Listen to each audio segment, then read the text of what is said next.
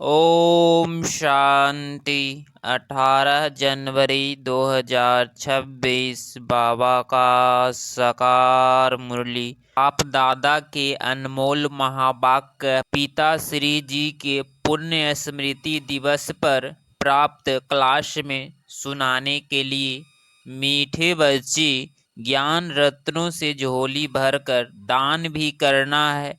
जितना दूसरों को रास्ता बताएंगे उतना आशीर्वाद मिलेगी। ओम शांति। मीठे बच्चों को यह पक्का याद रखना है कि शिव बाबा हमको पढ़ाते हैं। शिव बाबा पतित पावन भी हैं, शतगति दाता भी हैं। शतगति माना स्वर्ग की रजाई देते हैं। बाबा कितना मीठा है, कितना प्यार से बच्चों को बैठ पढ़ाते हैं। बाप दादा द्वारा हमको पढ़ाते हैं। बाबा कितना मीठा है, कितना प्यार करते हैं, कोई तकलीफ नहीं देते। सिर्फ कहते हैं मुझे याद करो और चक्र को याद करो। बाप की याद में दिल एकदम ठग जानी चाहिए, शीतल हो जानी चाहिए। एक बाप की ही याद सतानी चाहिए, क्योंकि बाप से वर्षा कितना भारी मिलता है। अपने को देखना चाहिए, हमारा बाप के साथ कितना लव है, कहाँ तक हमारे में दैवी गुण है।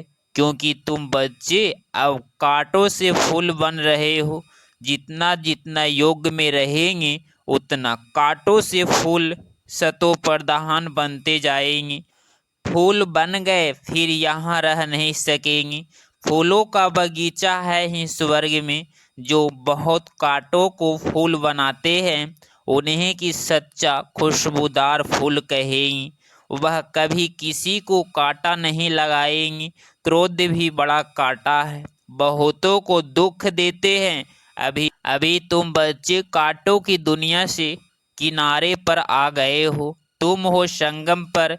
जैसे माली फूलों को अगर पाट बर्तन में निकाल कर रखते हैं, वैसे ही तुम फूलों को भी अब संगम योगी पाट में अलग रखा हुआ है। फिर तुम फूल स्वर्ग में चले जाएंगे, कलयुगी कांटे भस्म हो जाएंगे। मीठे बच्चे जानते हैं प्रलौकिक बाप से हमको अविनाशी वर्षा मिलता है। जो सच्चे सच्चे बच्चे हैं, जिनका बाप दादा से पूरा लव है, उसको बड़ी खुशी रहेगी। हम विश्व का मालिक बनते हैं। हाँ, पुरुषार्थ से ही विश्व का मालिक बना जाता है, सिर्फ कहने से नहीं। जो अन्य बच्चे हैं उन्हें को श्वेत यह याद रहेगा कि हम अपने लिए फिर से वही सूर्यवंशी चंद्रवंशी राजधानी स्थापन कर रहे हैं। बाप कहते हैं मीठे बच्चे, जितना तुम बहुतों का कल्याण करेंगे उतना तुमको ही उजरा मिलेगा। बहुतों को रास्ता बताएंगे तो बहुतों की आशीर्वाद मिलेगी। ज्ञान रत्नों से झोली भरकर फिर दान करना है। ज्ञान सागर तुमको रत्नों की थालियां भर भर कर देते हैं। उन रत्नों का जो दान करते हैं वही सबको प्यारे लगते हैं। बच्चों के अंदर में कितनी खुशी होनी चाहिए।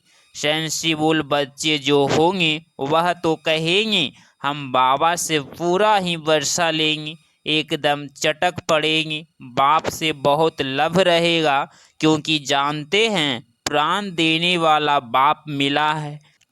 नॉलेज का वरदान ऐसे देते हैं जिससे हम क्या से क्या बन जाते हैं, इंसॉल्वेंट से सॉल्वेंट बन जाते हैं।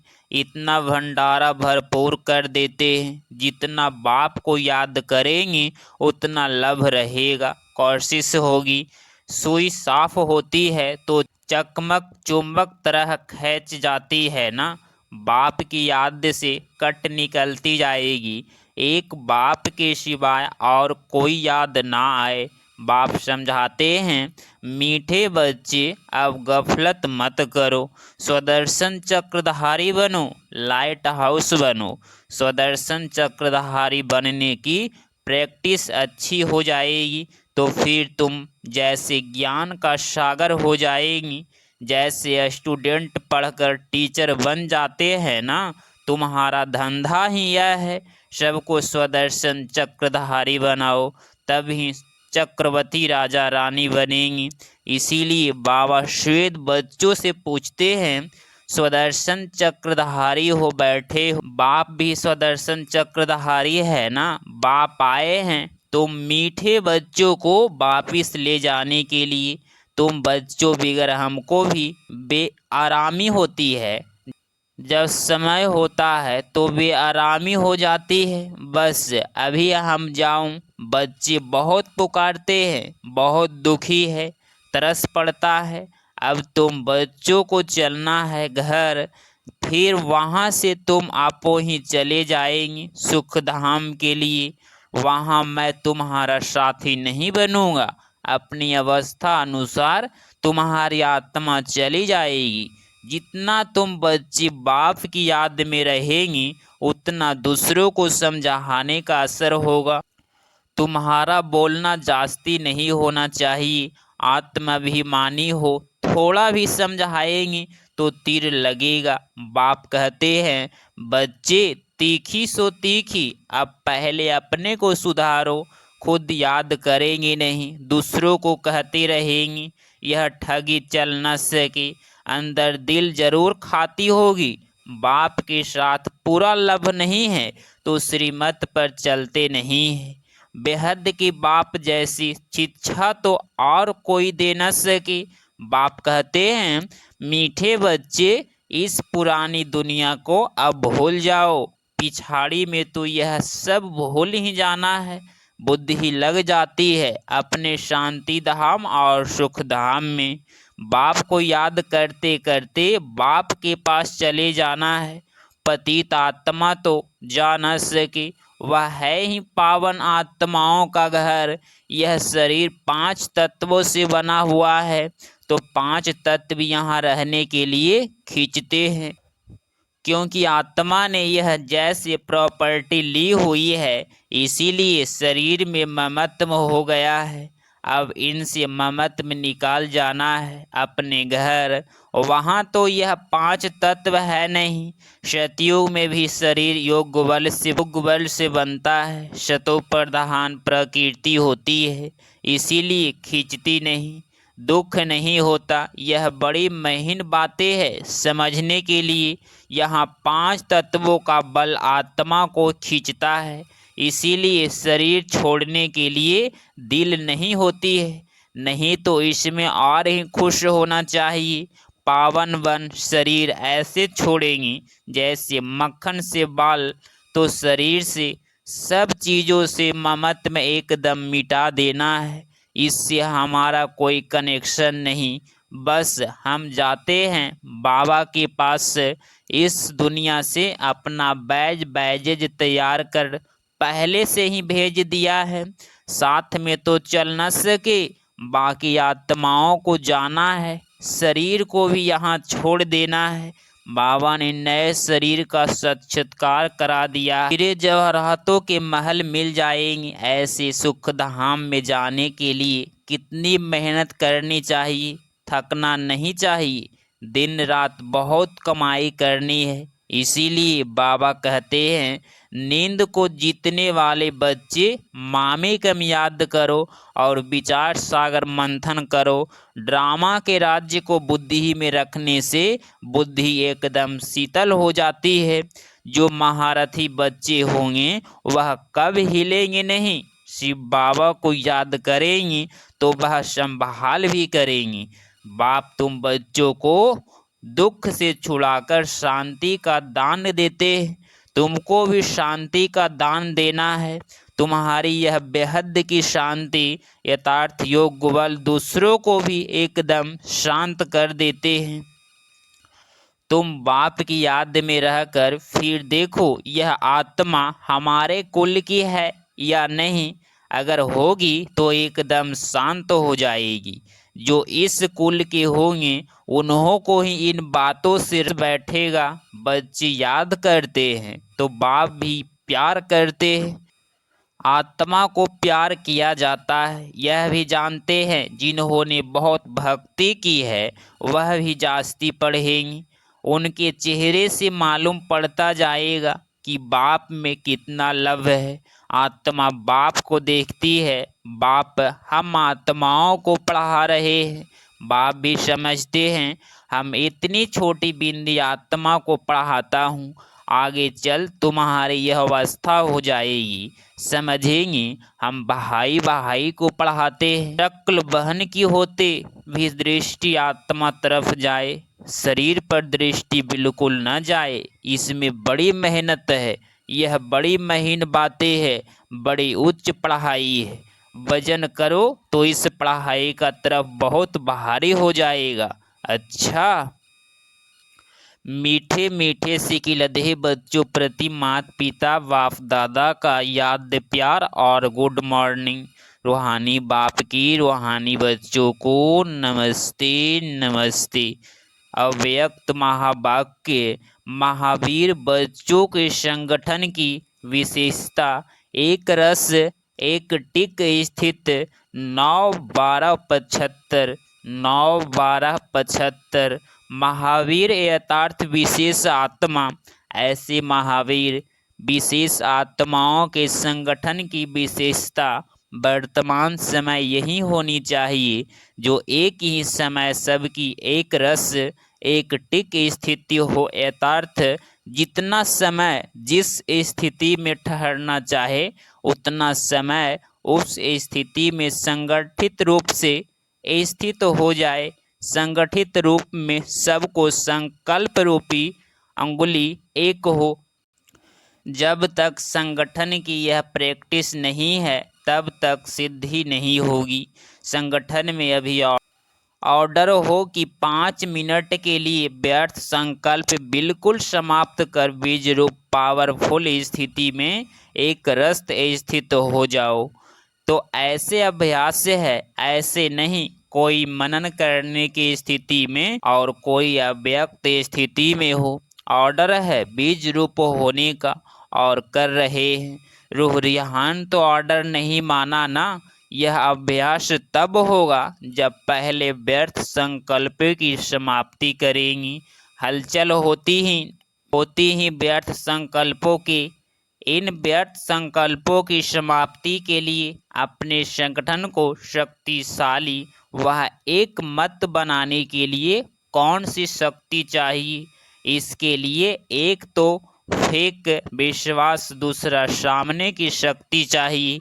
संगठन को जोड़ने का धागा है हेत। किसी ने जो कुछ किया, मानो रॉग भी किया, लेकिन संगठन प्रमाण वह अपने संस्कारों प्रमाण वह समय प्रमाण उसने जो किया उसका भी जरूर कोई बहा व्यर्थ होगा।